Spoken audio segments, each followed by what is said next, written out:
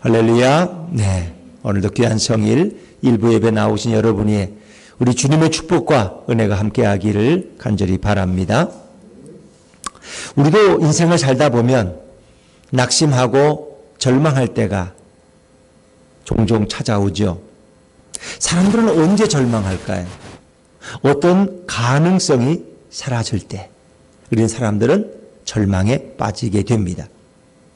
요즘 이렇게 소상공인들이 많이 힘들다 그러지 않습니까? 코로나가 한 6개월이면 끝나겠지 해서 이렇게 급한 돈을 빌려서 월세를 내고 임금을 줬는데 이게 1년이 되고 1년 반이 되고 그러면서 정부의 지원은 말만 크지 제대로 지원이 안 되고 그러니까 폐업하는 분들이 많고 더 이상 이 코로나가 지속되면 더 이상 우리는 버틸 수 없다. 어찌 보면 낙심에 빠지는 거죠. 이 재정적 압박 가운데서 헤어나올 수가 없는 거예요. 어디에 더 이상 대출을 받을, 구제금융을 받을 가능성이 사라질 때 사람들은 낙심하게 되고 절망하게 되죠. 우리 젊은이들은 취업의 문이 닫힐 때 절망하게 되죠. 뭔가 대학을 졸업하고 학교를 마칠 때는 자격증을 딸 때는 뭔가 좀 마음에 그래도 희망을 품고 노력을 했는데 자기 앞에 모든 가능성들이 다 사라졌을 때 너무 안타까워하잖아요. 더구나 저 지방에서는 교육청에서 치른 시험에 합격을 했는데 합격인 줄 알고 너무 좋아해서 자랑하고 너무 기뻐했는데 1시간 후에는 그게 잘못된 통보라고 사실은 불합격이라고 그러니까 이 젊은이가 그걸 이길 수가 없어서 극단적인 선택을 하는 사람들에게 뭔가 이런 기대했던 것이 허물어질 때 소망의 문이 닫혀버릴 때 사람들은 넓은 사고를 갖지 못하고 그냥 스스로 자신의 인생을 끝내는 이런 안타까움을 보게 됩니다. 질병도 마찬가지예요. 어떤 치료의 가능성이 있을 때는 소망을 가지고 이 병은 저 병은 더 큰 병은 좋은 병원을 찾아다니지만은 어느 병원에서도 이 사람을 받아주지 않습니다. 당신은 수술해봤자 아무 소용이 없습니다. 수술하지 마시고 그냥 집에 가서 그냥 기다리시고 드시고 싶은 거 드시고 그냥 하고 싶은 거 하시다가 가시는 게 낫다고. 이렇게 모든 가능성이 사라질 때 사람들은 마음에 절망하게 되는 것입니다. 또한 우리의 삶 속에 우울함과 불행한 마음이 찾아올 때 그래서 요즘 젊은이들이 코로나 블루라 그래서 나이 드신 분들보다도 젊은이들이 더 많이 우울해한다 그래요. 정신적인 위협을 받고 있다고. 왜? 갇혀있고 밖에 나가지 못하고 뭔가 경제활동이나 취업활동이나 모든 것이 다 막혀 있으니까 너무 답답해서 이렇게 정말 정신적인 이런 위험의 수위에 도달한 것이 요즘에 우리 젊은이들 세대에 더 많다고 하는 것입니다. 운동선수들도 뭔가 자신의 몸이 한계에 부딪힐 때 이런 낙심을 경험하게 됩니다. 근데 역시 이번 도쿄올림픽을 보면서 참 훌륭한 우리에게 감동을 주는 선수들이 많이 있잖아요. 비록 그들이 금메달을 따지 못했더라도 금메달 이상의 감동과 가치를 주는 그런 선수들도 많이 있더라고요.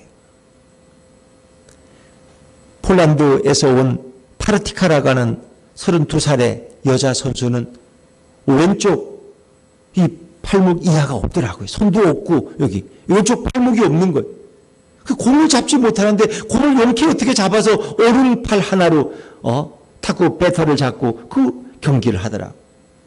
매년 올림픽에 나오는데 그녀에는 세계 48위의 그런 랭킹 지수를 가지고 있다고 해요. 모든 사람이면 도저히 탁구를 생각할 수 없는데 그녀는 포기하지 않고 그렇게 인간 승리의 모습을 통해서 수많은 사람에게 희망을 주고 있는 것이 얼마나 값진 금메달 이상의 가치가 있다고 생각이 들더라고요. 도마뛰기에 금메달을 단 신재환이라는 젊은 선수 앞으로도 많은 가능성을 가지고 있습니다. 근데 그는 허리에 철심을 받고 뛸 때마다 허리에 통증을 느끼면서 그런 도마뛰기를 열심히 연습했고 이번에 세계 정상에 우뚝 서게 된 것입니다.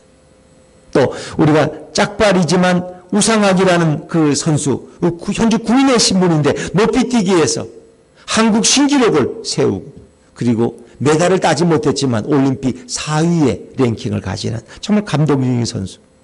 그럼 원래 달리기를 하고 싶었는데 너는 짝발이기 때문에 달리기에는 적합치 않다.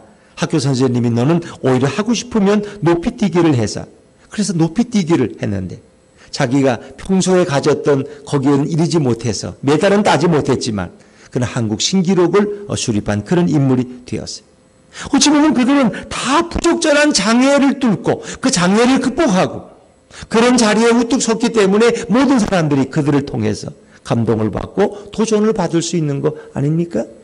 다 그들이 편안하고 다 건강하고 모든 조건이 완벽한 가운데 그 자리에 선 것이 아니라 우리보다도 더 못한 열악한 환경 속에서도 오직 의지 하나를 가지고 일어서서 그런 결과를 가져왔다는데 더 큰 감동이 있습니다. 아마 지금 배구가 시작됐지만 결과는 별로 관심이 없습니다. 거기까지 온 것만 해도 그들은 이미 훌륭하기 때문에. 우리는 김연경 선수를 빼놓을 수가 없죠. 그는 너무 유명해서. 터키에 그가 있을 때는 터키에서 아주 유명 인사가 돼서 길거리 나가면은 모든 사람이 김연경을 알아보고 식당에 가도 그렇고 시장에 가도 그렇고 사인을 받고 한국에서 온 유명한 배구 선수. 그러면서도 너무 친절하고 너무 인격적인 그런 선수로, 그런 존경받던 그런 사람이죠. 우스갯소리가 요즘 그런 게 유행하더라고요. 교회 가면 뭐가 있어요? 성경이 있고, 절에 가면 뭐가 있어요?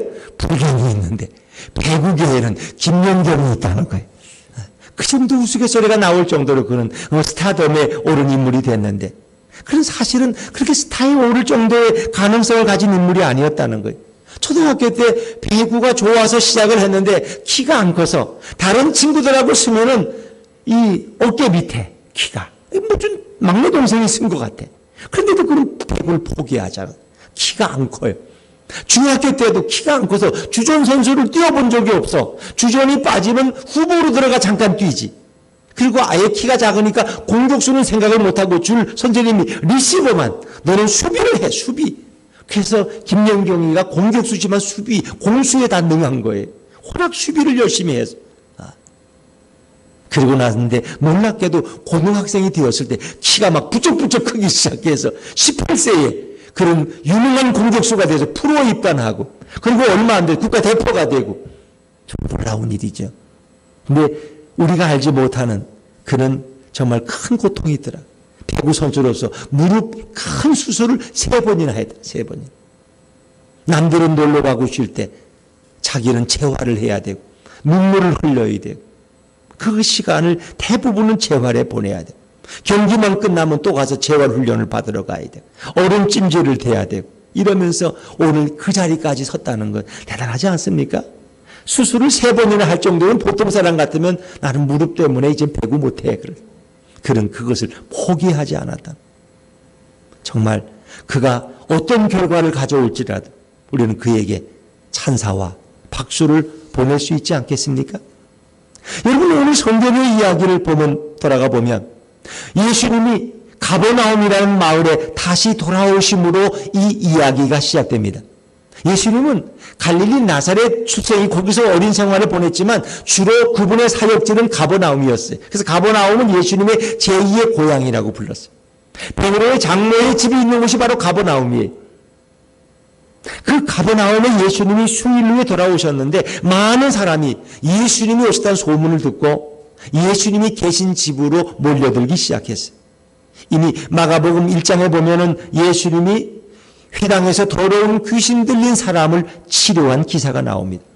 그 다음 베드로 장로의 열병에서 그를 일으킨 기사가 나옵니다. 그리고 한 나병 환자를 치료하고 수많은 각종 병든 자들을 치료했어요.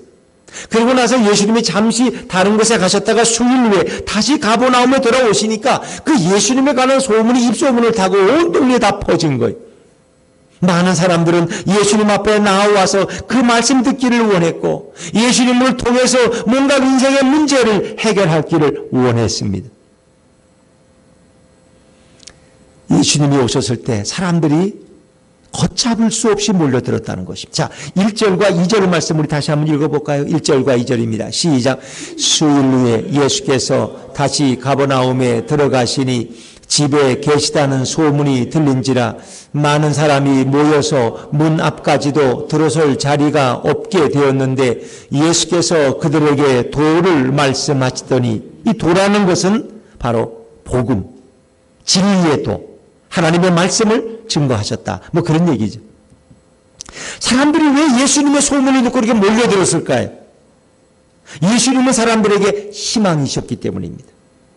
사람들은 세상에 절망하다가 예수님의 얘기를 들으면 그들은 소망을 갖고 희망을 보게 되었다는 겁니다.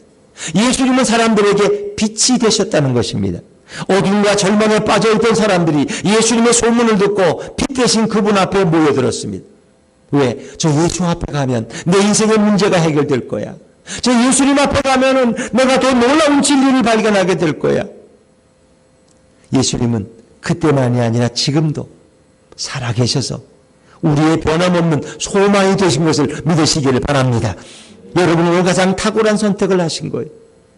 예배 현장에 나와서 예배드리는 분들이나 혹은 가정에서 불가피하게 이렇게 TV 앞에서 또 핸드폰 앞에서 예배를 드리는 분들도 오늘 바로 예수님을 사모하는 마음은 동일할 것입니다. 해결자 대신 그분 앞에 사람들이 모이는 이유는 그분이 바로 우리의 소망이고 우리의 희망이 되시기 때문에, 우리의 바로 빛이 되시기 때문입니다. 해결자 되신 그분, 문이 없는 자들에게, 벽에 부딪혀서 장애문 앞에 우는 자들에게 문을 만들어 주시는 그분이 바로 예수 그리스도십니다. 예수님은 오늘도 믿음으로 나오는 자들에게 소망의 문이 되시는 줄로 믿습니다.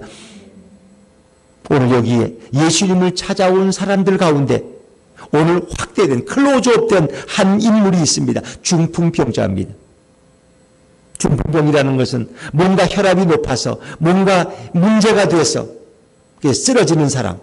그래서 대개 한쪽이 마비되든가 온몸이 다 마비되어서 대개는 중풍병이 오면 잘 걷지 못하든가 아니면 누워서 생활하게 되는 거 아닙니까? 그런 몸 전체가 마비되어서 아마 혼자 활동할 수 없는 그런 불행한 사람이었을 것입니다. 정도에 따라 다르지만 아마 침상에 태워서 친구들이 그를 데리고 온 거 보면은 그는 혼자의 힘으로는 아무것도 할 수 없는 그런 사람이었을 것입니다. 우리는 이렇게 양다리를 갖추고 가고 싶은 데를 마음대로 다닐 수 있다는 게 얼마나 감사해요. 거기다 양다리만 해도 족한데 길거리 나가면 버스도 있는데 자가용까지 타고 다니는 부분은 얼마나 금상첨화야. 근데 우리는 별로 감사함을 못 느낍니다만은, 그래서 인간이 이렇게 중풍병에 걸렸다는 것은 인간의 죄악된 모습을 가리키는 겁니다. 중풍병에 걸린 인간은 아무것도 행할 수가 없어요. 누군가의 도움이 없이는 자신의 어떤 인생의 문제도 해결할 수, 스스로 구원할 수도 없고 스스로 먹을 것을 취할 수도 없고 스스로 벌이를 할 수도 없는, 그래서 중풍병의 모습은 바로 죄에 빠진 타락한 인간의 모습을 성경은 가리키고 있는 것입니다. 그런데 그에게 들려온 예수님의 소문은 그에게 매우 희망적이었습니다. 이제 주위 사람들의 도움으로 그런 가까스로 예수님이 계신 집 앞에 오게 되었습니다. 아마 어떤 침상을 만들어서 사람들 매미 그것을 메어지게 되고, 그리고 그 중풍병자는 거기에 누워서 예수님이 계신 집 앞에 왔을 것입니다. 그리고 중풍병이 아마 몇 년이 지속되었다면 그런 분명 가진 돈을 다 써버렸을 것입니다. 그 당시 대부분은 가난했으니까. 그 중풍병에서 낫기 위해서 얼마나 많은 약을 찾았을 것이고 의원들을 찾았겠습니다. 그의 가진 것 얼마 안 되는 건 다 써버렸을 것이고 그는 가난할 것이고 하루에 낀 일을 누구의 도움 없이는 해결하기 어려웠을 것입니다. 그리고 김병에 효자 없다고 가족들도 그 옆에 더 이상 붙어 있을 수가 없었을 것입니다. 바로 그런 그가 이제 친구들의 도움으로 예수님이 계신 집 앞에 오게 되었습니다. 그런데 그가 이렇게 이웃의 도움으로 예수님이 계신 집 앞에까지 왔지만 더 큰 장애가 그를 가로막고 있었습니다. 그것은 바로 절망의 벽이었고 희망을 송두리째 앗아가는 장애물이었습니다. 그에게 결코 꽃길이 기다린 것은 아닙니다. 수많은 사람들이 예수님이 계신 집 안에 가득 인산인해를 이루었고 입출 여지가 없었고 문을 막고 있었기 때문에 도저히 문을 통해서 예수님께로 가는 것은 거의 불가능해 보였습니다. 이 상황에서 그는 어찌하면 좋을까요? 어렵게 찾아온 길, 마지막 한 가닥의 희망을 가지고 기대를 걸고 찾아왔는데 그것이 곧 절망으로 변하는 산산조각 깨지는 그런 순간이었습니다. 자, 우리 3절과 4절 말씀을 다시 한번 읽어볼까요? 3절과 4절입니다. 시작. 사람들이 한 중풍병자를 네 사람에게 메워가지고 예수께로 올세 때문에 예수 앞에 아멘. 그까지만. 무리들 때문에 예수께 데려갈 수 없으므로. 자, 이렇게 어렵게 예수님이 계신 집 앞에 왔는데 너무나 많은 사람 때문에 예수께 데려갈 수 없으므로. 자, 여기까지만 끊어서 보면 매우 절망적 아닙니까? 물론 그 다음에는 이제 해결되는 이야기가 나오지만 사실은 요 이야기와 그 다음 이야기에는 상당히 많은 일들이 일어났을 것입니다. 우리가 성경에 읽으니까 그냥 한 줄에 읽어버리니까 끝나는 것 같지만 사실은 그것은 결코 쉽지 않았을 것입니다. 무리들 때문에 예수께 데려갈 수 없으므로 거기서 그들은 고민에 빠졌을 것입니다. 그들이 취한 행동은 결과적으로 뭡니까? 멀쩡한 지붕을 뜯고 침상채 예수님 앞에 이 중풍병자를 내려놓은 것입니다. 여러분, 가니까 사람들이 많더라. 이거 지붕으로 올라가, 그거 뜯고 내려가. 이게 쉽게 그렇게 됐을까요? 이건 결코 쉬운 일이 아니에요. 자, 우리 4절 말씀을 다시 한번 읽어볼까요? 4절입니다. 시작. 무리들 때문에 예수께 데려갈 수 없으므로 그 계신 곳에 지붕을 뜯어 구멍을 내고 중풍병자가 누운 상을 달아내리니. 오늘 이 4절 안에는 얼마나 많은 이야기들이 포함되어 있는지 모릅니다. 여러분, 우리가 이 4절을 가만 좀 비판적으로 보면은 아무리 사람이 급해도 그렇지 어떻게 사람이 사는 지붕을 뚫고 침상을 내릴 수 있습니까? 이거 말이 안 되잖아요. 여러분의 집에 누가 귀한 손님이 왔는데 그분을 만나는 사람이 많다고 누가 여러분 집 지붕을 뚫고 망치를 뚫고 톱으로 뚫고 내려온다면 너무 황당한 일 아닙니까? 그런 건 상상도 할 수가 없는 일이에요. 혹시 그들 중에 지붕을 뚫는 전문가가 있어서 그렇게 했을까요? 다시 복원시켜 놓으려고? 지붕을 뚫는 일은 재산을 손괴시키는 일에 해당됩니다. 그것은 고발당할 수 있는 일입니다. 그것을 물어주기 위해서는 잘하면 집 한 채 짓는 값을 치러야 될지도 모르겠어요. 갑자기 지붕을 뜯다가 집이 연약해서 무너져 버리면 집안에 있는 모든 사람들이 다치거나 상처를 입을 수 있는 그런 상황. 온 집에서 예수님의 말씀을 듣고 있다가 갑자기 지붕이 뚫려지면 흙과 먼지를 뒤집어 써야 되는 그런 상황. 여러분, 유대의 집들은 이제 우리가 볼 때 이런 기와집, 다른 번역에 보면 기와를 걷어냈다는 말도 있어요. 근데 대개 유대의 집들은 우리처럼 이렇게 실자의 집이 아니라 되게 평평합니다. 한 층을 짓고 평평하는데 그 평평한 집도 그저 엉기설기, 솔가지 같은 걸 놓고 거기에 진흙을 발라서 그저 겨우 그걸 유지해 놓은 거야. 그러니까 그게 뜯는데 그렇게 힘들진 않아요. 무슨 시멘트를 공구리 해 놓은 것도 아니고 대리석을 발라놓은 것도 아니고 쉽게 뜯을 수가 있어요. 그러나 남의 살림살이에 가장 중요한 집을 파괴시킨다는 것은 이건 결코 적은 도전이 아닌 것입니다. 혹 그것이 예수님의 설교를 방해하면 예수님께 고침받기는커녕 예수님 앞에 쫓겨날 수도 있는 상황입니다. 우리 마음에 믿음이 없으면 사람들은 장애물 앞에서 한 발자국도 전진하기 어렵습니다.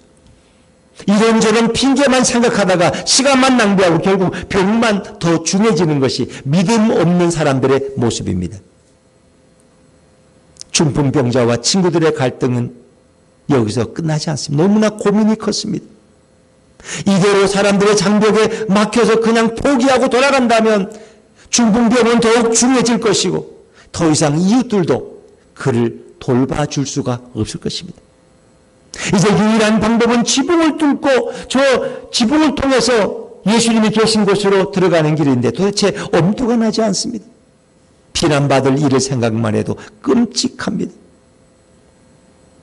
정말 중풍병자나 친구들의 마음은 얼마나 답답했을까요? 앞으로 갈 수도 없고 그렇다고 뒤로 포기하고 돌아갈 수도 없는 상황. 이런 믿음이 없으면 새로운 문이 준비되어도 결국 열고 들어갈 용기가 따라오질 않는 것입니다. 그런데 이 중풍병자는 결국 마음에 결심을 합니다.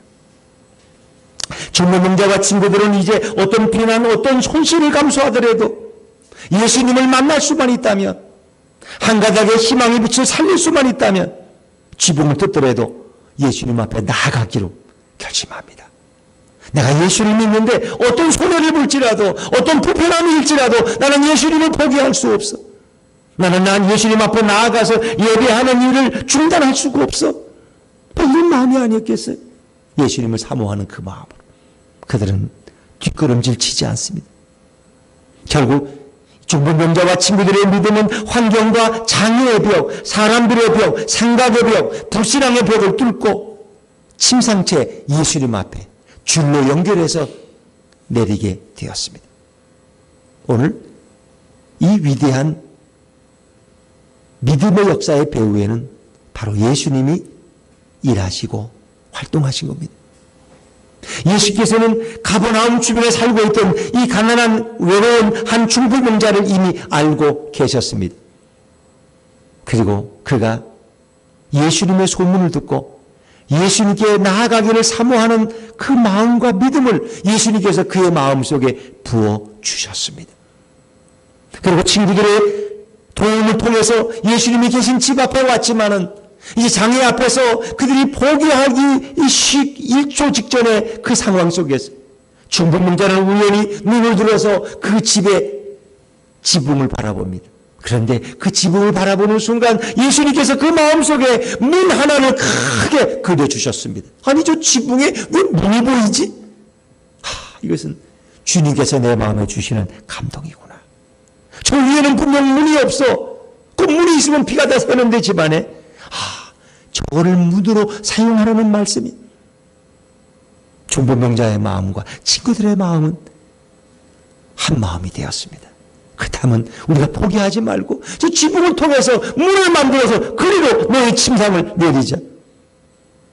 예수님께서는 이 친구들과 중풍병자의 마음속에 어떤 장애물을 만나도 결국 포기하지 않도록 지붕을 뚫고 들어갈 수 있는 지혜와 동기를 부여해 주셨습니다. 그리고 지붕을 뚫고 그 꽤나 큰 침상을 내렸을 때 예수님께서는 화를 내기는커녕 마치 그럴 줄 알았다는 것처럼 기다렸다는 듯이 반갑게 그들을 맞아주시고 침상을 타고 내려온 중풍병자를 위해서 기도해 주시고 그의 죄를 사해 주시고 그의 몸을 깨끗하게 치료해 주신 줄로 믿습니다. 참된 믿음은 예수 그리스도 그분이 내 인생을 돌보시고 책임지시고 인도하실 것을 확신하고 예수님 앞에 어떤 장애가 있더라도 뚫고 나아가는 그것이 참된 믿음입니다. 오늘 본문 5절에 보면 이런 말씀이 있어요. 예수께서 그들의 믿음을 보시고 우리 오늘 5절 말씀을 다시 한번 읽어볼까요? 5절입니다. 시작. 예수께서 그들의 믿음을 보시고 중풍병자에게 이르시되 작은 자야 내 죄사함을 받았느니라 하시니 예수께서는 그의 다른 모습을 보지 않았어요. 이 중풍병자가 병 고치러 왔는데 이 돈이 좀 있는 친구인가? 좀 재물을 가지고 왔나? 이런 거에 관심이 없으셔요. 그의 외모나 그의 학벌이나 그의 배경을 보시지 않으시고 그의 믿음을 보신 줄로 믿습니다. 예수님은 그의 믿음을 되게 중요하게 생각해. 여러분이 뭐 많이 갔거나 못 갔거나 건강하거나 뭐 건강하지 못하거나 그건 별로 중요하지 않습니다. 예수님이 보시는 것은 그의 믿음을 보십니다. 예수님은 어린 다윗의 믿음을 보신 거예요. 하나님께서는. 그리고 그를 사용하신 거야. 그 뭐 어린 게 뭐 나가서 골리앗하고 뭘 싸우겠어. 이 아이는 키 큰 장군을 사용하는 게 낫지. 네, 예수님은 그 다윗의 그 불의를 참지 못하는 하나님과 이스라엘을 위해서 나서는 그 믿음을 귀하게 여기신 거예요. 주님은 오늘도 우리의 믿음을 보십니다. 믿음을. 이은미 집사님은 예배를 드리고 싶어서 자기 말에 의하면 그래요. 속 찔찔한데 삼척에서 여기까지 예배 드리러 왔대요. 그럼 다음 주 또 와야 되는 거 아니야? 그럼 또? 모르겠어요. 예배가 너무 갈급해서. 그렇습니다. 주님은 우리의 믿음을 보시는 거예요. 그들의 믿음은 예수님께만 소망을 둔 믿음이에요. 예수님께 가면 내 인생의 문제는 해결될 수 있어. 내 인생이 달라질 거야. 이 예수님께 소망이 있는 그들의 믿음은 예수님만을 전적으로 신뢰하고 의지하는 믿음이에요. 나는 예수님에 대한 의심이 없어. 그분을 철저하게 믿어. 그분은 내 인생을 반드시 선한 길로 좋은 길로 인도하실 거예요. 그리고 예수님을 만날 수만 있다면 어떤 장애물이나 방해도 뚫고 나아갈 수 있는 그런 믿음. 예수님은 그 믿음을 보신 거예요. 그들의 믿음, 중풍병자와 그 친구들의 믿음을 보시고 중풍병자에게 희망을 주시고 건강을 주시고 구원을 주시고 행복을 주신 줄로 믿습니다. 놀라운 일이에요. 그 예수님 마지막에 보면 예수님 어떻게 해요? 너의 침상을 들고 걸어가라. 아니 침상에 들려온 사람이 침상을 들고 이고 나가 걸어나가. 그리고 수많은 사람이 하나님 앞에 영광을 돌렸어요. 그 사건을 통해서. 여러분 그렇지 않습니까? 그 남의 집에 지붕을 뚫고 들어가는 그 어려운 결단의 믿음이지만 그것을 통해서 오히려 많은 사람들이 하나님 앞에 영광을 돌리며 주님을 찬양할 수 있었다는 거예요. 침상에 실려갔지만 침상을 들고 걸어 나오는 사람이 됐어요. 많은 사람의 축복과 축하를 한 몸에 받게 되었고 오히려 집주인은 화를 내기는커녕 손해배상 청구서를 내는 게 아니라 자기 집에서 이런 사건이 일어난 게 너무 놀랍고 너무 감사하다고 와서 손을 붙들고 와서 인사까지 합니다. 그리고 모든 사람의 부러움의 대상이 되었어요. 육신의 병만 고친 것이 아니라 영혼의 병까지도 깨끗하게 고치고 그리고 그가 영원한 생명을 소유하게 된 줄로 믿습니다. 주님 앞에 나아갔더니 믿음으로 결단하고 나아갔더니 그 결과 이렇게 아름다운 결과를 주시는. 왜? 예수님은 그들의 믿음을 보셨기 때문에. IMF 때 중소기업을 운영하다가 큰 어려움을 당한 한 사장님의 이야기를 전에 한번 제가 말씀드렸는지 모르겠어요. 빚쟁이들이 와서 빚 갚으라고 연일 괴롭힙니다. 온 가족이 어떻게 정상적인 가정생활을 할 수가 없어요. 이렇게 살다가는 이게 죽는 것보다 못하다는 생각이 들었어요. 한 번은 이분이 자기 가족들을 다 모아놓고 내 처지가 지금 이런데 너희들이 대학이나 제대로 가겠냐? 이 사랑구실이나 할 수 있겠냐? 우리 그냥 집단으로 자살해버리고 말자. 그게 깨끗하지 않으냐? 그랬더니 고등학교 다니는 딸이 눈물을 뚝뚝 흘리더니 아버지가 우리 다 죽자면 저도 죽어야죠. 그런데 죽기 전에 제 소원 하나 들어주세요. 그거 뭔데? 저는 제 친구가 늘 주일이면 가족들과 함께 교회 가는 걸 볼 때 너무 부러워요. 아빠 엄마도 예수 믿지 않지만 저하고 같이 온 가족이 우리 예배 한 번 드리고 죽으면 제가 여한이 없겠어요. 그래서 죽는 거야 그렇게 급한 게 아니니까 소원 못 들어주겠냐 그러자. 그래서 이번 주일은 가까운 그 교회에 가게 됐다는. 근데 그 주일에 목사님의 설교가 욥기였어요.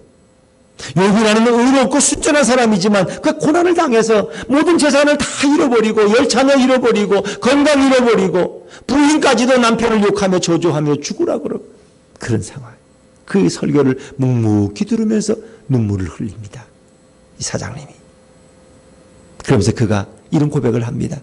욥처럼 저렇게 의롭고 저렇게 죄가 없는 사람도 훌륭한 사람도 저런 고난을 당했는데 나같이 죄 많은 인생이야. 이런 고난 당하는 거 이건 아무것도 아니죠. 난 당연한 거죠. 당연한 거. 그러면서 그의 마음이 열리고 예수님이 그의 마음속에 들어오시게 됩니다.